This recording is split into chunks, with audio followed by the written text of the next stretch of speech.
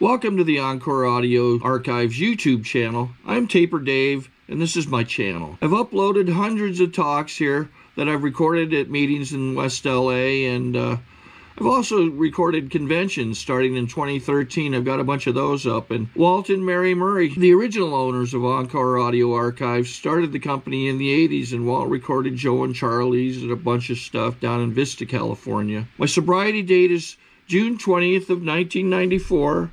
I hope you find something you like, so please like and subscribe to my channel and comment down below.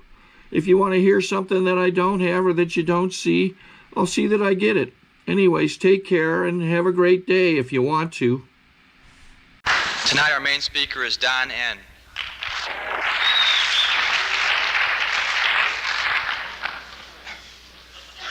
My name is Don Newcomb. I'm an alcoholic. I want to thank Nancy for the privilege of speaking at this meeting. It's my home group. I'm going to put this cigarette in the other pocket, because if I don't, it's going to be lit. I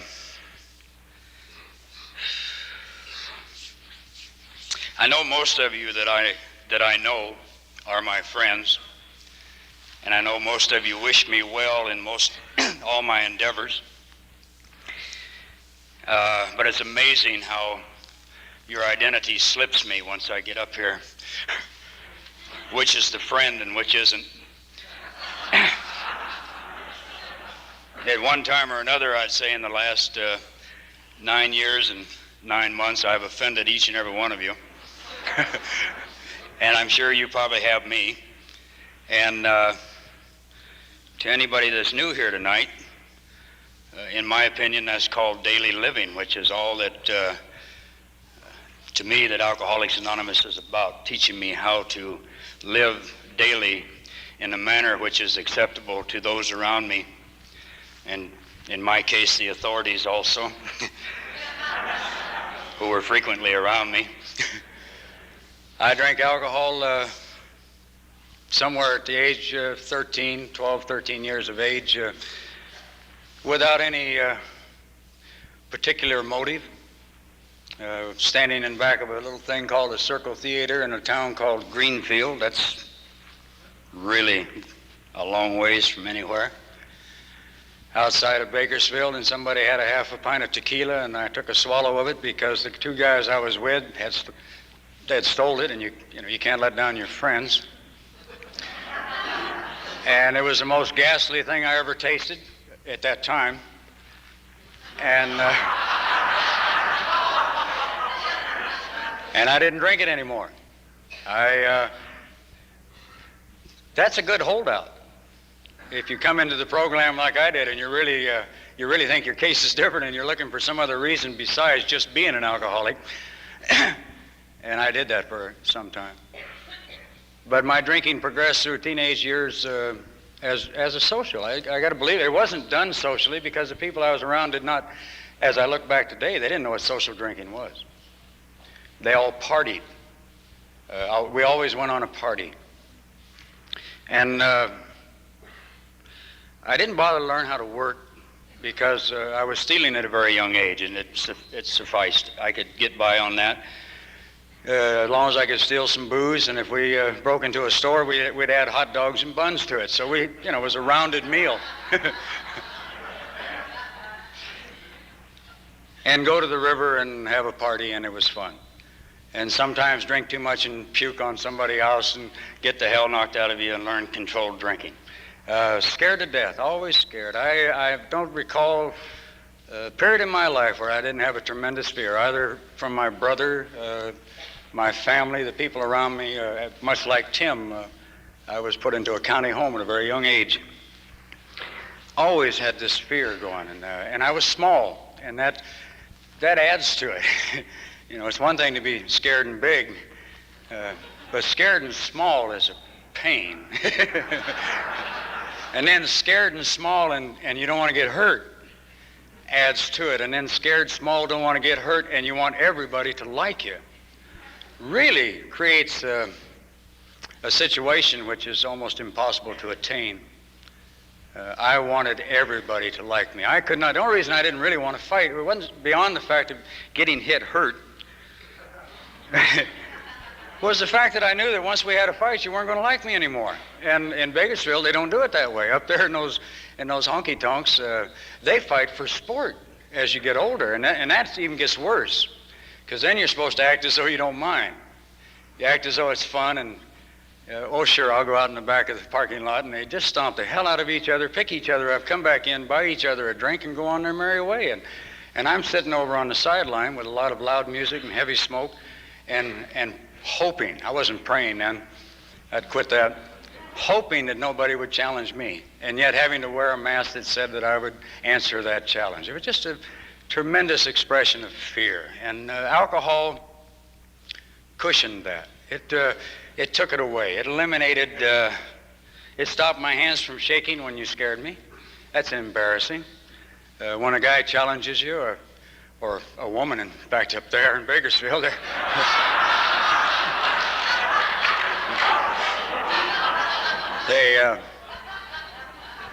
it isn't so bad, you know, to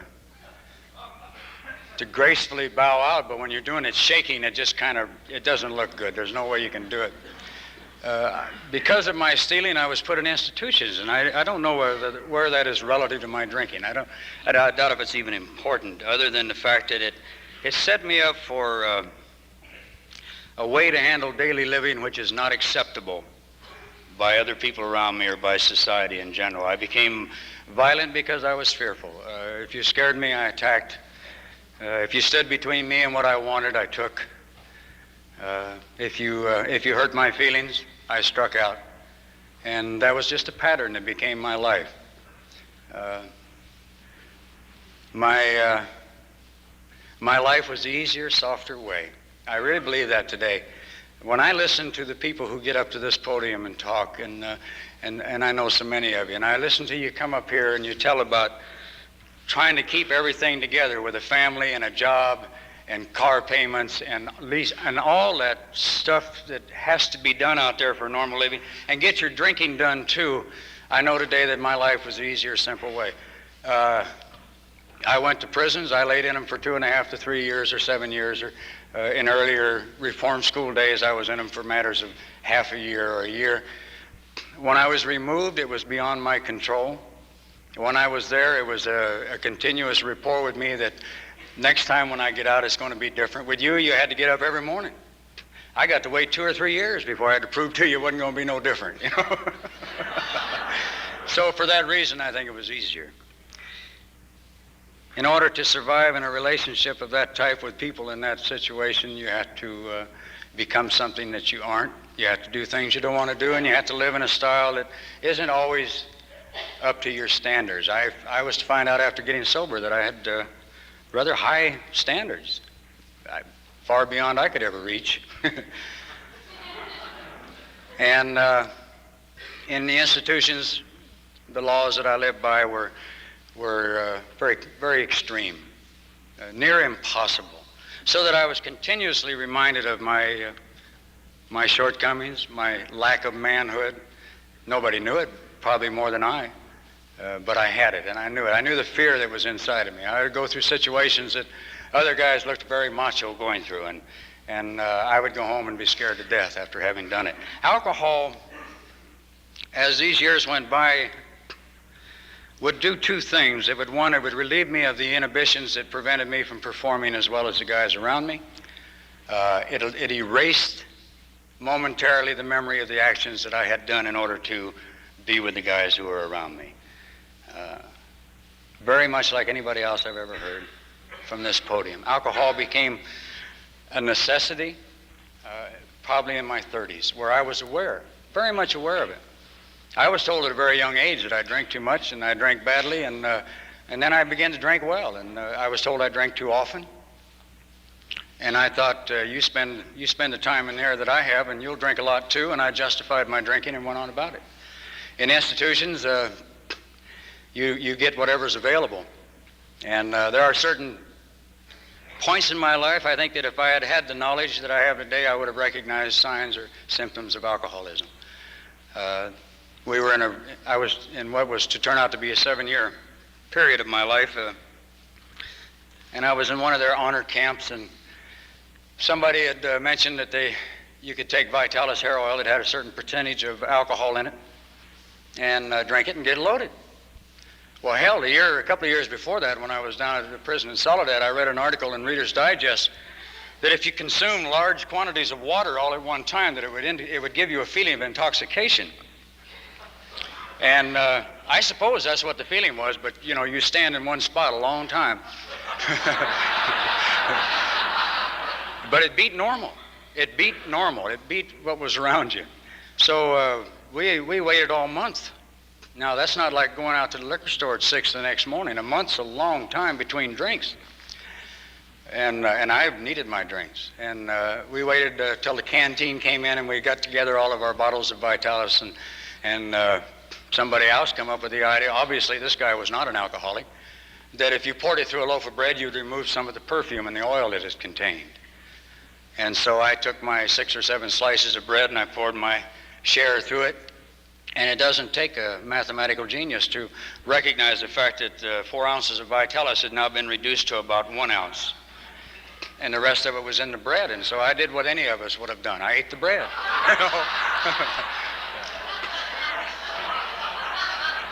I wasn't going to wait another month.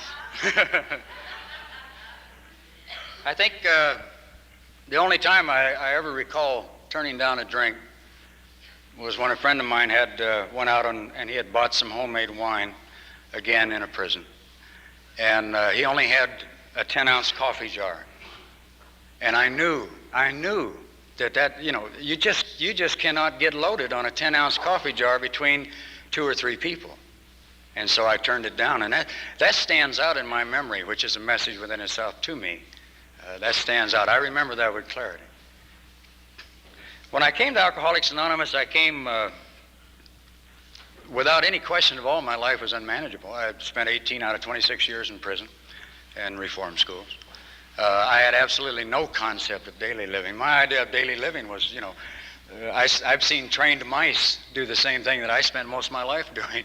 They ring a bell, they come to attention, and they go to a certain spot, and they ring another signal, and you eat, and another signal, and you go to bed. And every once in a while, all the mice get together and decide to have an adrenaline rush, and they call it a riot. That was my life. That was it. And with all the fear that it entailed, it was something to look forward to. It gets awful boring in there. I didn't play some of those games that some of them played, so I went through my 18 years in a little bit more pimplish and quicker than others.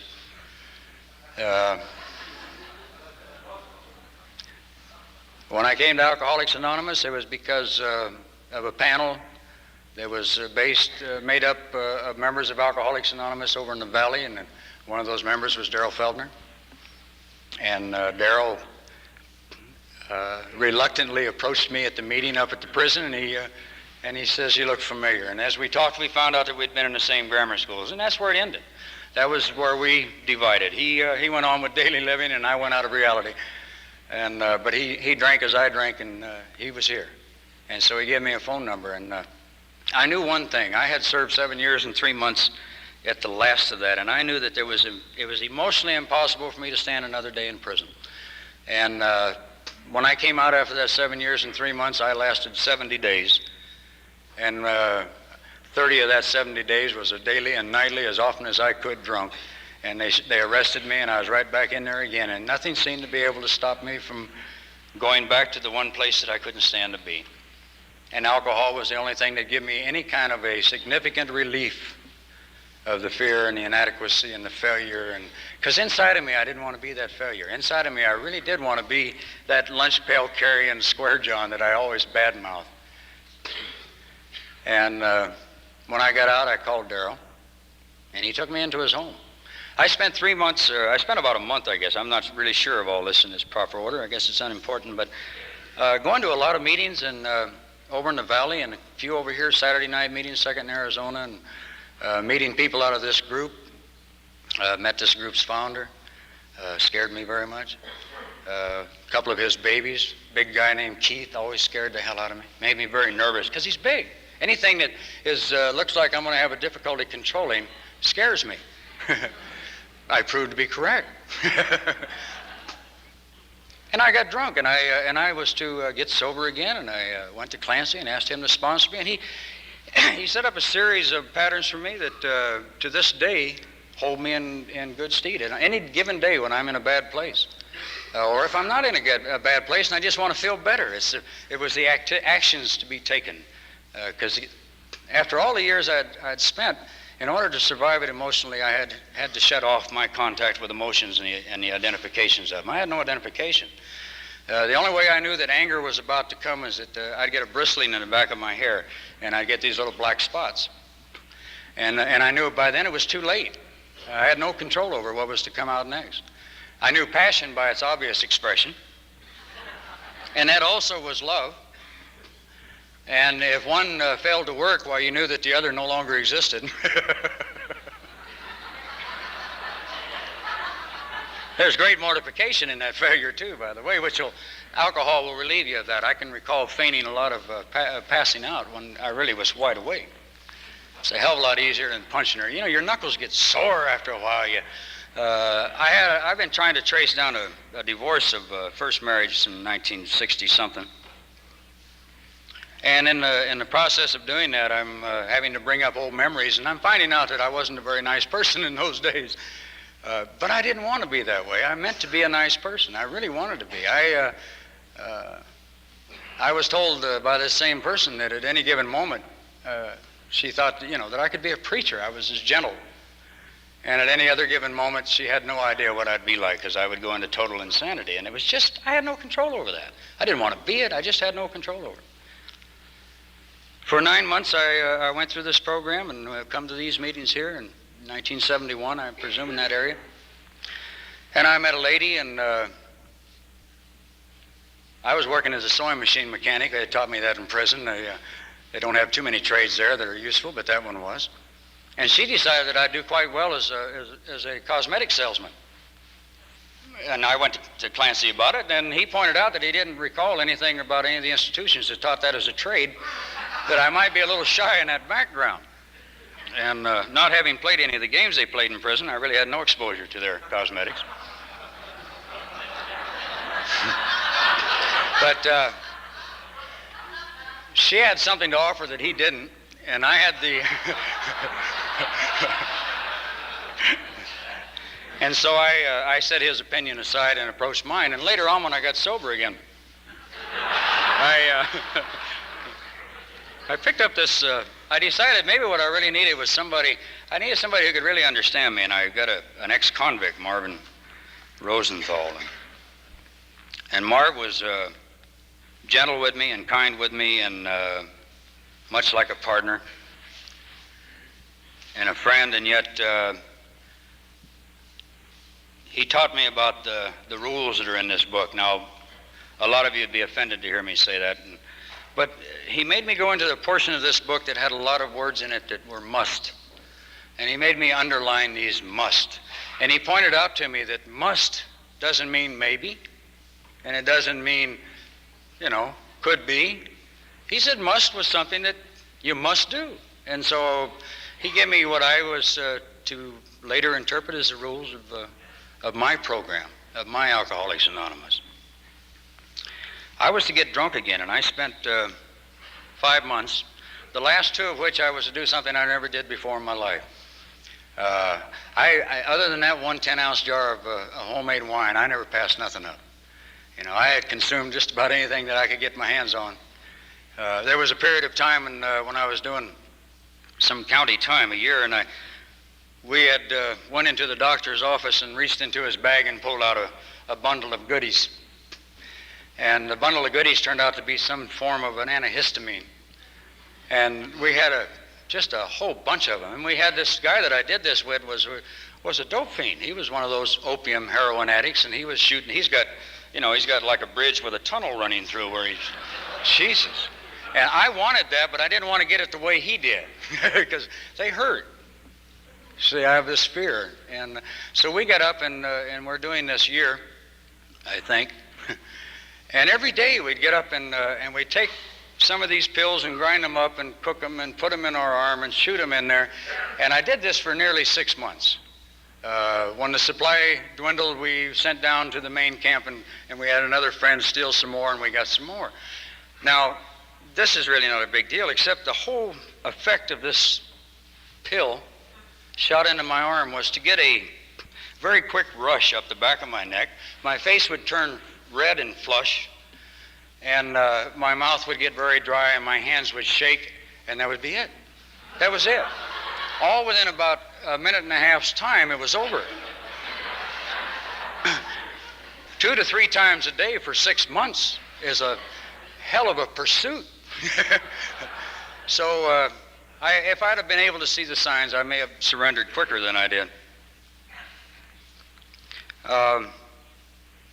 When I tried to quit drinking, and I intentionally tried to quit drinking, I was unable to get it accomplished, and that was over a period of 2 months, and I came back to Alcoholics Anonymous. I did not have none of the violent drunks that I was to have in the past. It was just that every day, every night, I went to bed with this promise on my lips to this person that I was with, that tomorrow I'm going to get up and go down and have that job interview, and I'll get this job and put things together, and maybe we'll even leave California. It's obvious by now California's a problem to me. And I never got it done. And I come back to Alcoholics Anonymous on the night that this meeting met at a coffee break, raised my hand as a newcomer, and was totally aware of one thing, if nothing else. No matter how I promised, no matter how I thought it, talked it, no matter what, I always seemed to be able to justify one more drink. I always could justify one more drink. And that's what brought me back, June 13th, 1972. 30 days later, I got a sponsor. Got Keith Carpenter. I think I was drawn to Keith because of the gentleness in him, and yet he was a very large man. I'd seen him violent. I'd seen him in the type of violence that he was accustomed to, in sports, in the where it was acceptable expression. And yet I seen him with tears in his eyes. I remembered when he came up to the prison and talked to us on the same night that his daughter was laying in a hospital, not knowing if she was alive or dead. I had all those things would start coming back to me, and I felt he was a very special man for that reason. And so I think that's why I was attracted to him. Aha. It's all right. They had me on bread and water once for 30 days. I don't see the bread or the water. Keith got me started on the steps in their order, and I went through step 1. I raised my hand. I went through step 2 because I knew if I was here, some form of sanity had been restored.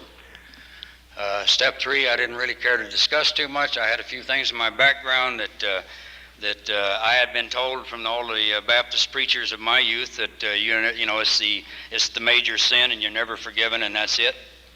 And so it was no longer necessary to have a communication with God. But then on the other hand, he told me that I should say a prayer every morning, and I should say one every night. And one of a willingness to stay sober, and one of a thank you for having accomplished it. Oh, God.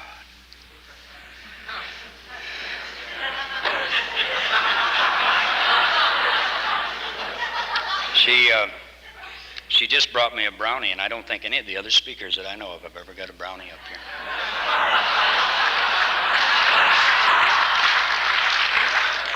Where I come from, brownie is a poor term. The difficulty with that is during my first 6 months of sobriety, I made coffee at Ohio Street, which was the night this meeting met. And I don't know why I took a bite of that. I can't stand them. I lived off of McDonald's hamburgers and brownies, and brownies are terrible. But if you're in between funds and you're trying to stay sober and you haven't got anything to eat, they make a hell of a good steak. They can really taste good.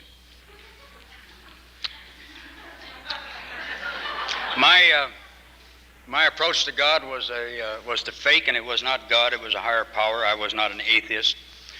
I had never been baptized anything. I'd been put through a lot of churches as a youngster. I had been put in one of those where they pull you up to these steps like this, and everybody gets around you, and they start slapping you on the back and screaming for the devil to get out of you. And, by that time, he's the only one that can help you.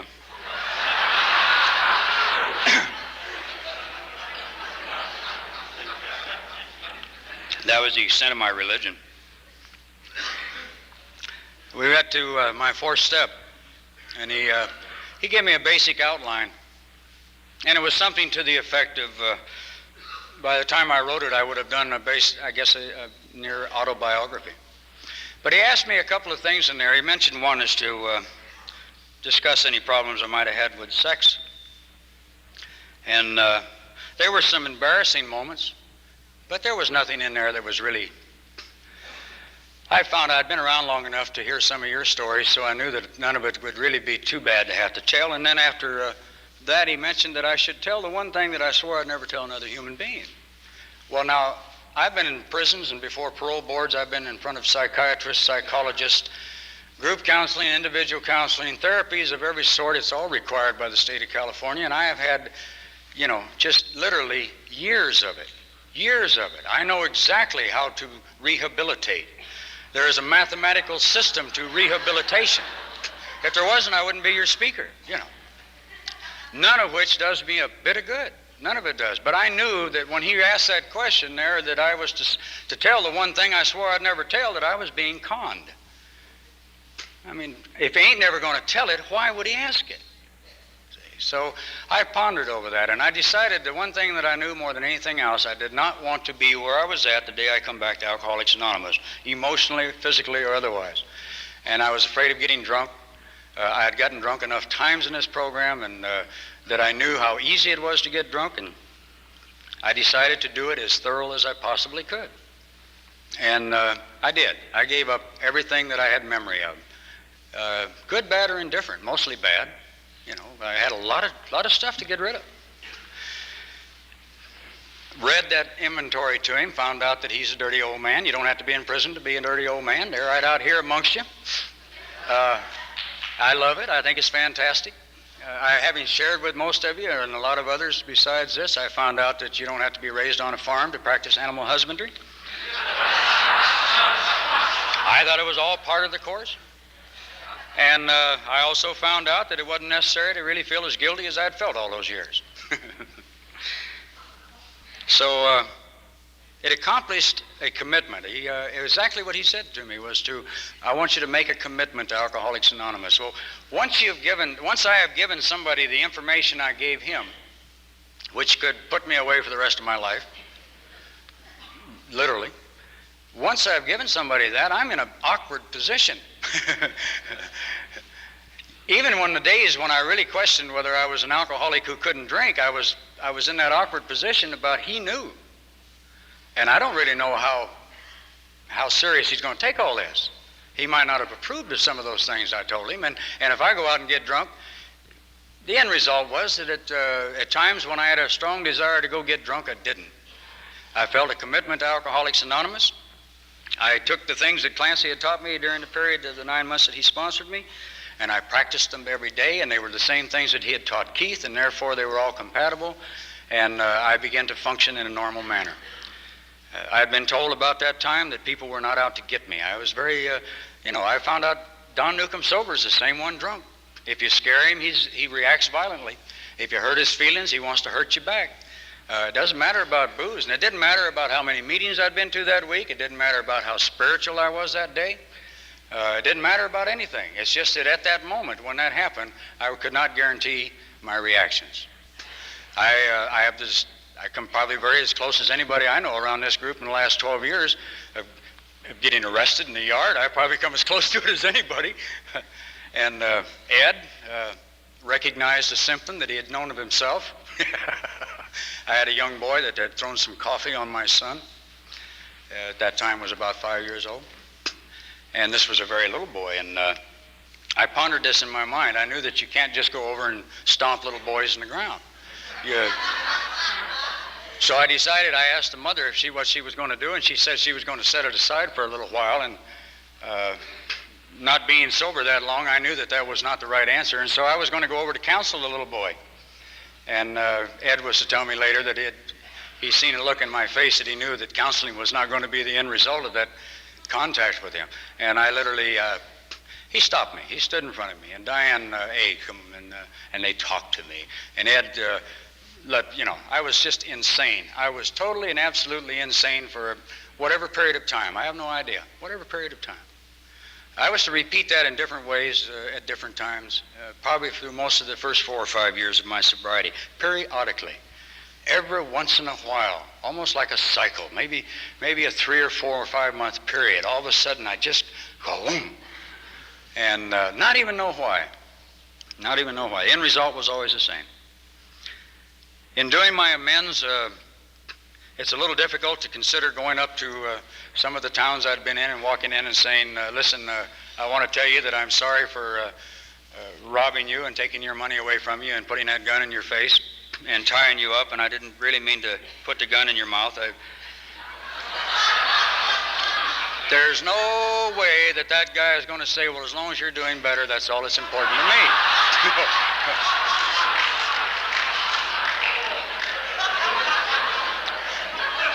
My sponsor told me we'd cross that road when we got to it. And I accepted that, and it was okay. And I went to a gentleman who had been sober a good many years, and I told him the whole thing. I told him everything that was unresolved. And he told me that, first, as I recall it, he said he'd forgive me, which is kind of strange. But I was to hear that again as years went by, and then I was to learn what they meant. And he said as long as I was in this program and that was working at a daily basis to remain sober and go to these meetings, that I had paid in full for everything I'd done. That's a pretty good deal. That is really a pretty good deal because as my friend had mentioned to me one time, if justice had prevailed rather than mercy, I would not be here. By all rights, neither through chemical or through society am I supposed to be here. It is impossible for me to live on a daily basis out here. I have proven that ever since from 9 years of age to 35 years of age. It is impossible for me to be responsible. It's impossible for me to go to work. I cannot work because I have to have time for my partying, so I never worked. I always partied. It is impossible for me to have a relationship one-to-one with another human being beyond a crime partner. That's it. Or a cell partner. It's impossible. I cannot do that when I walked in here. I don't think I can do it today.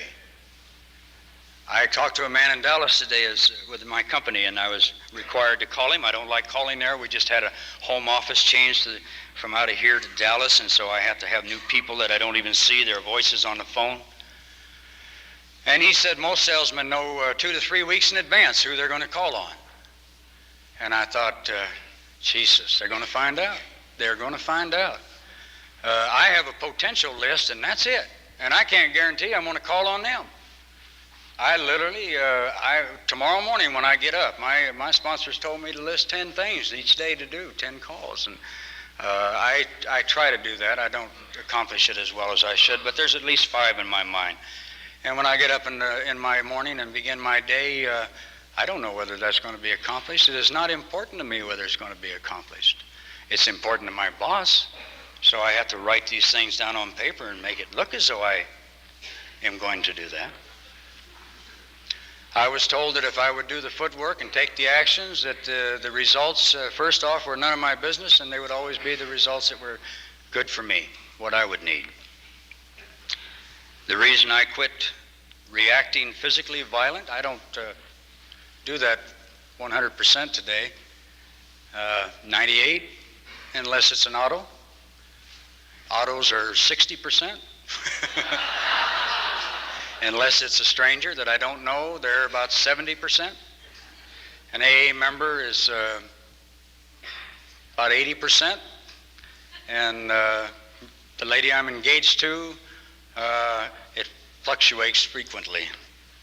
I just don't physically touch anybody anymore. I I had to give that up. I had to give up controlling people by fear, anger. Number one, there's too many nuts in this group. You can get you can get hurt doing that. You really can. I've had a couple of them react back at me, and they were dangerous.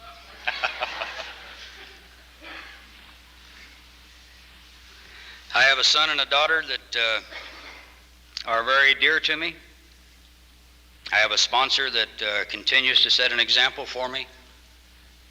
He has a sponsor that continues to set an example for us. And I sponsor men that I try very hard to set an example for. Kind of a chain reaction. I have a God today that I participate with at a conscious level every day. I do not have a God that I depend on to give me answers. My God is one that I get up to and I say a prayer to, and then I go out amongst them. And when he answers me through you. And that's the extent of my God. I was in the front yard here around December. I was going a little bit bananas inside. I had not told too many people at that time, and Mary Lisa was with me, and I was getting out of my car. I was under some pressure financially because once again, the economy and my income were not in agreement. And I got out of the car and slammed my knee in the door, and once again I cut loose on him, and I called him MFSB, and this is God I'm talking to. And I really let him have it. I just really roared and let him have it. And I was 5 o'clock in the afternoon, and my neighborhood is quiet. So, she's not in the habit of hearing me that way, except when I'm trying to control her. And I just really cut loose, and then I got through. I suddenly heard myself, and I started laughing. And I knew once again that, here I was, trying to get what I wanted instead of what I needed. And screaming at him, and I told her, I said, I guess I'll have to apologize to him again, won't I? And she says, no, I think by now he knows how you pray.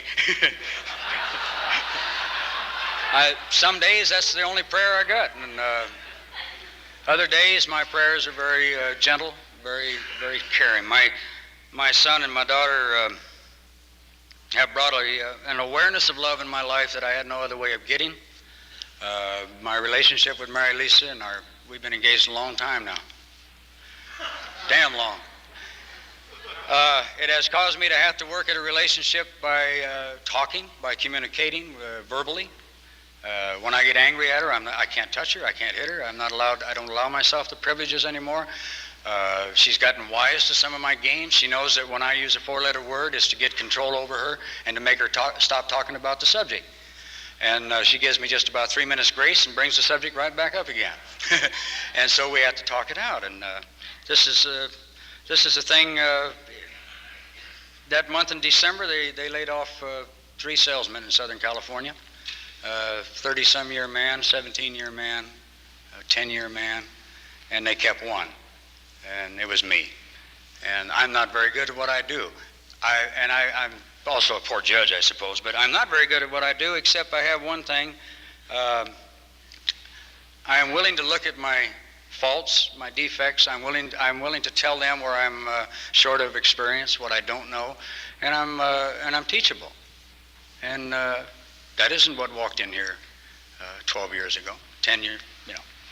Not really 12. I've been sober the 9 years. That isn't what walked in here. I didn't communicate. My extent of communication was at the end of a pistol or a pipe or some other kind of weapon. That was my communication. Had nothing to do with talking. When they gave me this job, I knew I couldn't do it, and therefore I knew it was going to be exciting. I have an advantage over most people in that job. I am not motivated by money. I'm just damn greedy and real grateful when it shows up. It does not make me go out and go to work every day. I hate work.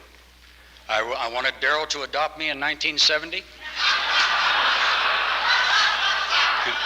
If he would adopt Mary Lisa now with me, I would take him up on it. I would still like to be adopted. I would rather not work. I'd much rather go out and do other things.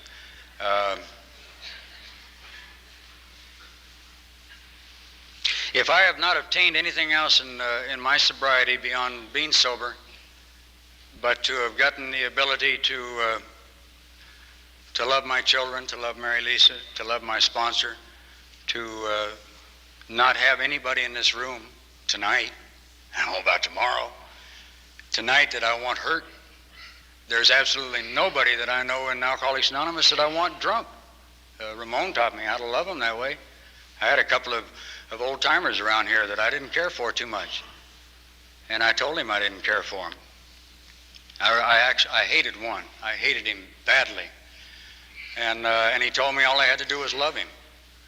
And I, you know, that's coming from that Mexican who doesn't speak that great anyway at those years. In those days, I knew that he wasn't, we had a communication problem. You cannot love somebody you hate. You want to destroy them. You want to reach inside there and burst those things. And he told me how to love him. He says, don't wish him to be drunk and let him stay sober on the other side of the room. And by God, it's worked. He's over there and I'm over here and he's not in this room. I'll let some of you old timers relax. But I still don't like him. I still don't like him, but I wouldn't hesitate for an instant to help him or to ask him for help. I have a weapon over everybody in this room who's trying to stay sober. If I come to you and I ask you for help, you better give it to me. You better give it to me. Because the tab for not giving it to me costs you too much. And all I got to do is just love you. Just don't want you to get drunk. I'm a member of this group because I want to be a member of this group. Some days it's convenient and some days it is a pain in the butt. But I have never been free so long. I've never been sober so long. I've never felt seeing Ed walk in tonight. You know, I messed with sheep and a few other odds and ends, but I never had a notion to really hug a man. And so that when I can walk up and hug that giant and feel close and warm, when my son greets me on Friday evenings and I can kiss him on the mouth and not wonder what my motives are, when I can hold my daughter in my lap and not have to worry about anything, then I'm grateful to Alcoholics Anonymous, and I thank you.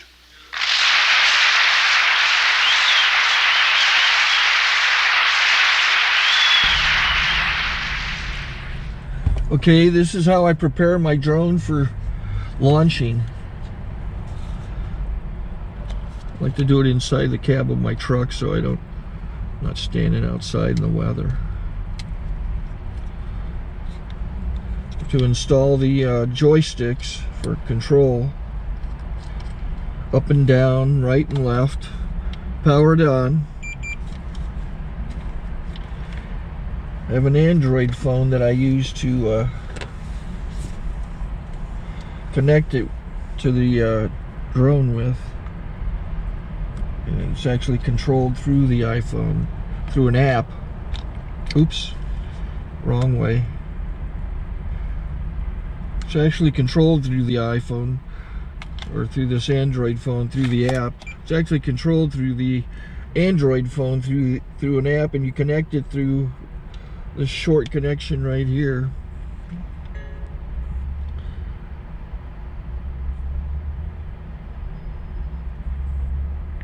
Remote control connected. Remote control's connected. So I pull out the drone. I have to extend the legs. Long legs extended first, then the short legs. Remove the gimbal protector. Set that aside, then power it on one short burst and one long burst. I lay it down. So I have to go to calibrate. So the drone's not connected yet. It shows you here as this drone gets disconnected, even though the remote's powered on. So the drone has to establish it's connected. So I go into the app to calibration mode. First I'll calibrate the remote controller. Start calibration. Out, in, oop, out, in, up, down, and then this little wheel is to control the gimbal. So it's calibrated. Go to gimbal calibration, start calibration, and then it calibrates the gimbal.